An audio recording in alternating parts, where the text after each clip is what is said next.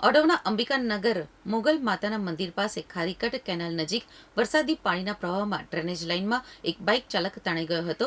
Fire બ્રિગેડે 9 કલાકની ભારે જહેમત બાદ તેનો મૃતદેહ શોધી કાઢ્યો હતો. અમદાવાદ શહેરમાં 25મી જૂનને બુધવારે સાંજે 7 વાગ્યા બાદ પડેલા ધોધમાર વરસાદના પગલે ઠેર ઠેર પાણી ભરાઈ ગયા હતા.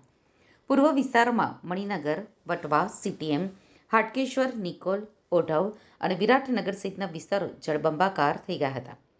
ઓઢવના અંબિકાનગર મોગલ માતાના મંદિર પાસે ખારીકટ કેનાલ નજીક વરસાદી પાણીના પ્રવાહમાં ડ્રેનેજ લાઇનમાં એક બાઇક ચાલક તણાઈ ગયો હતો.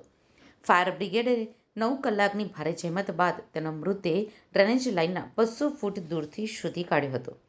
તો ઓઢવ ફાયર સ્ટેશનના સ્ટેશન ઓફિસર સ્વરૂપદાન ગઢવીએ જણાવ્યું હતું કે રાત્રે 8:50 વાગ્યાની આસપાસ ઓઢવ ફાયર સ્ટેશનને માહિતી મળી હતી કે ઓઢવ અંબિકાનગરની મોગલ માતાના મંદિર પાસે ખારીકટ કેનાલની બાજુમાં ડ્રેનેજ લાઇનના ખાડામાં બાઇક સાથે એક વ્યક્તિ પડ્યો છે.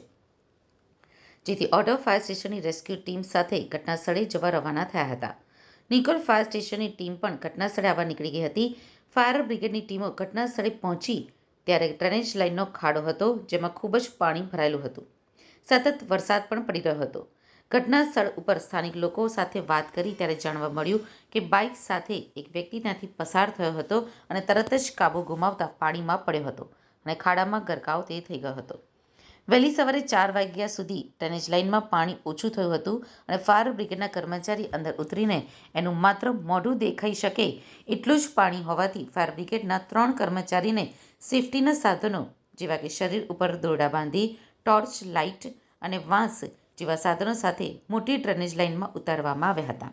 આશરે 200 ફૂટ દૂર જતા એક ફાયરમેનના પગમાં બાઇક આવ્યું હતું, જેથી નીચે તપાસ કરતા ડેડ બોડી જેવું પણ હતું. ફાયર બ્રિગેડના કર્મચારીઓ બહાર આવ્યા અને બીજું દોરડું પણ લઈ ગયા હતા. તો સૌ પ્રથમ ડેડ બોડીને બાઇકની નીચેથી ઊંચી કરી અને દોરડા વડે બાંધી હતી. ત્યારબાદ તેને 200 ફૂટ બહાર ખેંચી હતી.